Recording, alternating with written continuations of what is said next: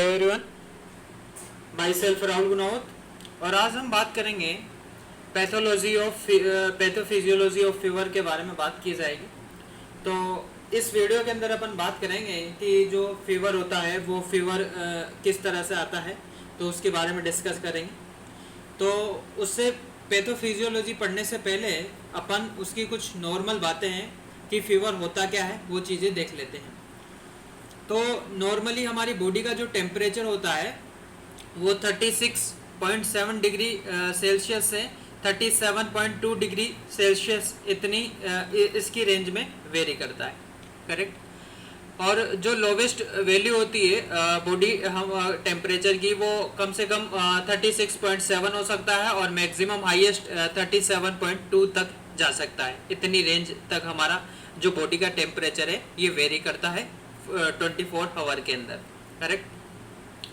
अब ये तो है सेल्सियस के अंदर। अब अगर इसको फahrenheit की अगर बात की जाए तो फahrenheit के केस के अंदर 98 से 99 डिग्री फahrenheit होता है। अगर मान लो इनकी जो वैल्यू है अगर वो 37.2 डिग्री सेल्सियस या 99 डिग्री फahrenheit से अगर ज़्यादा चली जाती है तो उस केस के अंदर फीवर होने के चांस होते हैं, करेक्ट। अब दिमाग में एक चीज़ आ जाती है कि ये जो टेम्परेचर है इसको कौन रेगुलेट करता है, तो ये जो टेम्परेचर है इसको रेगुलेट करता है हाइपोथैलेमस। हमारे जो ब्रेन है तो ब्रेन के अंदर जो हाइपोथैलेमस जो पार्ट है वो हाइपोथैलेमस इसको जो टेम्परेचर की जो रेंज होती है उसको मेंटेन करता है। और ये इतनी रेंज पे रखता है, मिनिमम 36.7 डिग्री सेल्सियस रखेगा और मैक्सिमम 37.2 डिग्री सेल्सियस रखेगा। अगर इससे और ये इतनी रेंज में क्यों रखता है, क्योंकि होमोस्टेसिस जो प्रोसेस है मतलब इंटरनल बॉडी एनवायरनमेंट का जो इंटरनल बॉडी एनवायरनमेंट है उसको मेंटेन करने के लिए मेंटेन करना भी पड़ता है, तो जिसकी वजह से इतना टेम्परेचर वेरी करता है। अब जो 36.7 डिग्री सेल्सियस की अगर बात की जाए तो ये जो लोवेस्ट टेम्परेचर होता है और ये कब कंडीशन डेवलपमेंट होती है, जब हम रात में जब 2 से 4 AM की अगर बात की जाए तो जब 2 से 4 AM की अगर बात की जाए तो उस टाइम एक डीप स्लीप होती है, मतलब बहुत गहरी हमें नींद आती रहती है। तो उस समय हमारी बॉडी टोटली पूरी तरह से रेस्ट में प्रेजेंट होती है। और जब बॉडी टोटली रेस्ट में हो जाती है, पूरी तरह से रेस्ट में होती है, तो मेटाबॉलिक प्रोसेस है वो क्या है, घटेगा। और जब मेटाबॉलिक प्रोसेस घटेगा तो हीट का प्रोडक्शन कम होगा, और जब हीट का प्रोडक्शन कम होगा उस समय, करेक्ट, जिसकी वजह से टेम्परेचर कम हो जाता है।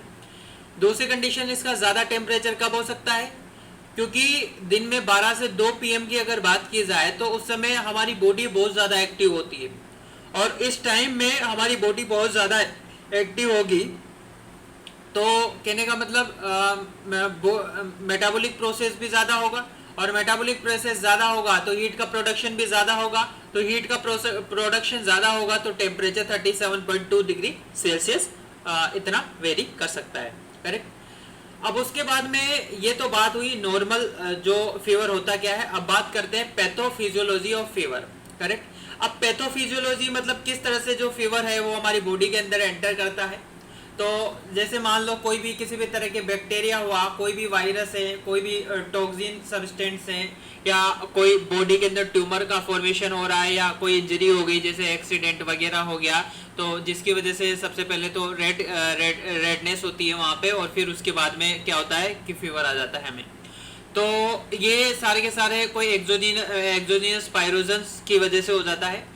तो एक्सोजीनस पायरोजन क्या होता है कि कोई बैक्टीरिया, वायरस या टॉक्सिन या ट्यूमर या इंजरी की वजह से अगर ये एंटर कर जाते हैं हमारी बॉडी के अंदर, तो उसके बाद में एंटर करने के बाद में ये स्टिमुलेट करते हैं एक होस्ट सेल के अंदर एंटर कर जाते हैं।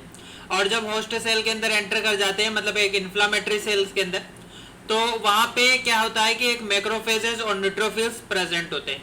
और जो मैक्रोफेज और न्यूट्रोफिल्स की अगर जब भी बात की जाए तो ये जो मैक्रोफेज और जो न्यूट्रोफिल्स है अगर इस तो ये क्या होता है, एक डिफेंस प्रोवाइड करवा देता है। अब जब ये एक तरह से डिफेंस प्रोवाइड करवा देता है मतलब हमारी ये पता लगाता है कि हमारी बॉडी में कुछ तो गलत हो रहा है, करेक्ट। अब जब बॉडी के अंदर ये इनको पता चल रहा है कि बॉडी के अंदर कुछ तो गलत हो रहा है, तो जब कुछ गलत हो रहा है तो फिर उसके बाद में ये जो मैक्रोफेज और न्यूट्रोफिल्स है ये एग्रीगेट हो जाती है। एग्रीगेट्स हो जाने के बाद में ये क्या करता है कि प्रोस्टाग्लैंडिन का फॉर्मेशन करता है, PGE2 का फॉर्मेशन करता है। और जब प्रोस्टाग्लैंडिन का फॉर्मेशन करता है उसके बाद में ये हमारी सर्कुलेशंस के द्वारा हमारी एंट्रे हाइपोथैलेमस के अंदर एंटर कर जाता है। और एंटर हाइपोथैलेमस की अगर बात बताऊं तो हाइपोथैलेमस ही मैंने बताया था कि जो बॉडी का जो टेम्परेचर है उसको मेंटेन करता है हमारा हाइपोथैलेमस पार्ट। तो फिर वो जो हाइपोथैलेमस है वो नॉर्मल रेंज में रखेगा, मतलब इतनी टेम्परेचर में रखेगा, मतलब एक तरह का वहां पे एक तरह का सेट पॉइंट आ जाता है, मतलब अगर इतने ही रेंज पे रखना है। अगर ये एंटर कर गया जिसकी वजह से जो थर्मोरेगुलेटरी जो सेट पॉइंट है वो नॉर्मल इतना होता है। अब ये जब यहाँ पे एंटर कर गया जिसकी वजह से ये थर्मोरेगुलेटरी जो पॉइंट है इतनी से इतनी रेंज, तो ये एलिवेटेड कर जाएगा, ये बढ़ जाएगा, क्योंकि ये बैक्टीरिया ये एंटर कर गया हमारी बॉडी के अंदर। फिर ये जब स्टिमुलेट करेगा, मतलब एंटर जो हाइपोथैलेमस है जब इसको स्टिमुलेट किया उसके बाद में स्टिमुलेट करने की वजह से हीट का प्रोडक्शन बढ़ा। और जब हीट का प्रोडक्शन बढ़ा जिसकी वजह से क्या होता है, और अगर हीट का प्रोडक्शन बढ़ा तो हीट का प्रोडक्शन बढ़ जाने की वजह से बिहेवियर चेंज होगा। और जो बिहेवियर चेंज होगा मतलब जो बॉडी के अंदर पेन होगा, हमारी मसल्स के अंदर पेन होगा, ये सारी कंडीशन होगी। तो जिस फिर जब हीट का प्रोडक्शन हुआ जिसकी वजह से जो ये स्टिमुलेट कर देता है, फीवर हो जाता है। तो फीवर इस तरह से हमारी बॉडी के अंदर एंटर करता है। तो कुछ ही नहीं है, सबसे पहले आपको क्या दिमाग में याद रखना है कि जो अब फीवर कैसे एंटर करता है, कुछ नहीं है, कोई बैक्टीरिया, वायरस या टॉक्सिन्स या ट्यूमर्स या इंजरी की वजह से वो हमारी बॉडी के अंदर एंटर कर गया, कोई बैक्टीरिया वगैरह, फिर वो हमारे होस्ट के अंदर चले जाता है। तो फिर वहां पे जो मैक्रोफेजेस और जो न्यूट्रोफिल्स होते हैं ये एक डिफेंस प्रोवाइड करवा देते हैं। तो ये पता लगा देते हैं कि कुछ तो हमारी बॉडी के अंदर ऐसा गलत हो रहा है। तो गलत हो रहा है, फिर ये क्या करता है कि प्रोस्टाग्लैंडिन का फॉर्मेशन कर देता है। और जब प्रोस्टाग्लैंडिन का फॉर्मेशन कर देता है उसके बाद में ये हमारे सर्कुलेशंस के द्वारा एक एंटीरियर हाइपोथैलेमस के पास चला जाता है। और फिर वो जो नॉर्मल जो रेंज होती है जो 36.7 डिग्री से 37.2 डिग्री सेल्सियस जो टेम्परेचर की जो रेंज होती है 99 से 98 डिग्री फ़ारेनहाइट के केस के अंदर, तो वो बढ़ जाती है, जिसकी वजह से हीट प्रोडक्शन बढ़ेगा। हीट प्रोडक्शन बढ़ेगा मतलब बिहेवियर चेंजेस होगा जिसकी वजह से फीवर होगा। दूसरी बात यह है कि इस फीवर को हम कम भी कर सकते हैं कि कोई फीवर को हम नॉर्मली जो पैरासीटामोल्स जो PCM है वो दे के, और पैरासीटामोल्स को हम एक तरह का एसिड अमीनोफिन्स भी बोला जाता है, तो वो भी देके, और non steroid anti inflammatory drug है उससे देके भी हम फीवर को कंट्रोल कर सकते हैं। अब जो फीवर की अगर बात की जाए तो फीवर भी 3 तरह का होता है, मैं बता देता हूँ आपको कि एक तो होता है माइल्ड फीवर, एक होता है मॉडरेट फीवर और एक होता है सीवियर फीवर। माइल्ड फीवर के जो होता है वो 0.5 माइल्ड फीवर के अंदर जो टेम्परेचर है 0.5 डिग्री सेल्सियस बढ़ता है, मॉडरेट के अंदर 2 डिग्री सेल्सियस बढ़ता है, और सीवियर के केस के अंदर 3 डिग्री सेल्सियस टेम्परेचर बढ़ता है। तो माइल्ड के अंदर तो 0.5 डिग्री सेल्सियस टेम्परेचर बढ़ा, मॉडरेट के अंदर 2 डिग्री सेल्सियस बढ़ा, सीवियर के अंदर 3 डिग्री सेल्सियस बढ़ा। अगर जो 0.5 डिग्री सेल्सियस ये 1 फ़ारेनहाइट के इक्वल होता है, तो जो नॉर्मल जो टेम्परेचर था वो 37.2 तक जा सकता है नॉर्मली मैक्सिमम, और बट 0.5 बढ़ा तो 37.7 डिग्री सेल्सियस हो गया। और फ़ारेनहाइट के केस के अंदर अपन ने कहा कि 99 तक जा सकता है, 98 से 99 तक। और अगर ये 1 फ़ारेनहाइट के इक्वल है तो अगर 1 बढ़ा तो 100 डिग्री फ़ारेनहाइट हो गया। अगर मॉडरेट की अगर बात की जाए तो 2 डिग्री सेल्सियस बढ़ा, और 2 डिग्री सेल्सियस बढ़ा मतलब जो नॉर्मल था वो 37.2 था, अगर 2 बढ़ाएंगे तो 39.2 डिग्री सेल्सियस तक टेम्परेचर चला जाएगा इसके अंदर।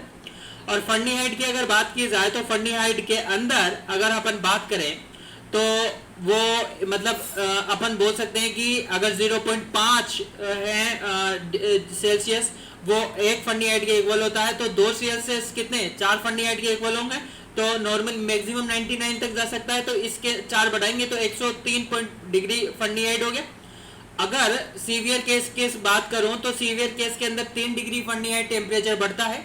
अगर 3 डिग्री फ़ारेनहाइट टेम्परेचर बढ़ता है मतलब 40 जो नॉर्मली जो 37.2 हो सकता है, बट अगर 3 डिग्री फ़ारेनहाइट टेम्परेचर बढ़ाएंगे तो 40.2 डिग्री सेल्सियस हो जाएगा।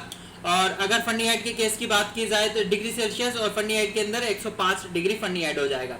तो ये आपको याद रखना है, कुछ याद नहीं रखना, बस इतना सा याद रखना है इसके अंदर 0.5, 2 और 3 है ना। और आपको एक कंसेप्ट पता होना चाहिए कि 0.5 है वो 1 फनी हेड के इक्वल है, करेक्ट। उसके बाद में आपको याद हो तो जब मैंने पैरासीटामोल बताया था तो ये जो नॉर्मली जो माइल्ड फीवर और जो मॉडरेट फीवर की अगर बात की जाए तो इसको तो अपन पिल्स लेके जैसे पैरासीटामोल से नॉन स्टेरॉइड एंटी इन्फ्लामेटरी जो ड्रग है ये लेके अपन इसको कंट्रोल कर सकते हैं।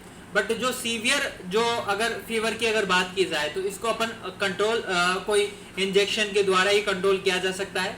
और अगर कुछ केस के अंदर ऐसा भी हो जाता है कि जो 105 डिग्री सेल्सियस फनी हेड से ज्यादा टेम्परेचर हो जाता है पेशेंट के अंदर, तो वो मतलब हाइपर कंडीशन में चल जाता है वो, और उस कंडीशन और कभी कभी वो पर्सन कोमा में भी चला जाता है, तो ऐसा देखने को मिलता है। तो अपन ने जब पैरासीटामोल्स पढ़ा था तो पैरासीटामोल्स के मैंने वहां पे पढ़ा था कि पैरासीटामोल्स को एक एसिड अमीनोफिल्स भी बोला जाता है। मैं बता देता हूँ, ध्यान से देखिएगा। अब जो पैरासीटामोल्स है इस पैरासीटामोल्स को एक तरह का मतलब एसिड अमीनोफेंस भी बोला जाता है। ये एक एनालिसिक और एंटीपायरेटिक है।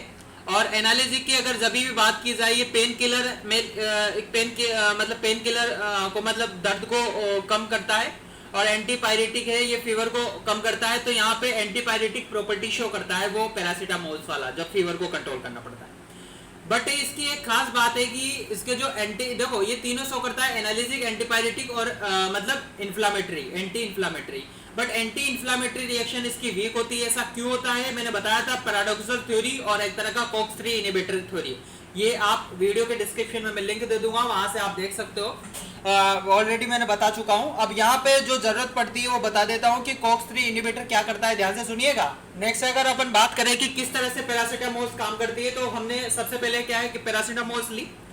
अब पैरासीटामोल्स ली, फीवर को कम करना है, मतलब एंटीपायरेटिक प्रॉपर्टी शो करेगी वो, तो वो कॉक्स 3 इनहिबिटर को इनहिबिट करेगी, रिवर्सली भी इनहिबिट करेगी। और जो कॉक्स 3 इनहिबिटर है हमारे सीएनएस के अंदर, ब्रेन के अंदर प्रेजेंट है, और ये क्या करता है कि प्रोस्टाग्लैंडिन है उसका प्रोडक्शन कम कर देता है। और जब प्रोस्टाग्लैंडिन का प्रोडक्शन कम हो जाता है जिसकी वजह से जो नोसिसेप्टिव जो न्यूरॉन्स और जो हाइपोथैलेमस है ये स्टिमुलेट हो गए, और जब ये स्टिमुलेट हो जाते हैं जिसकी वजह से पेन और फीवर तो कंट्रोल हो सकता है, बट जो इन्फ्लामेशन की अगर बात की जाए तो वो इन्फ्लामेशन कवर नहीं होते।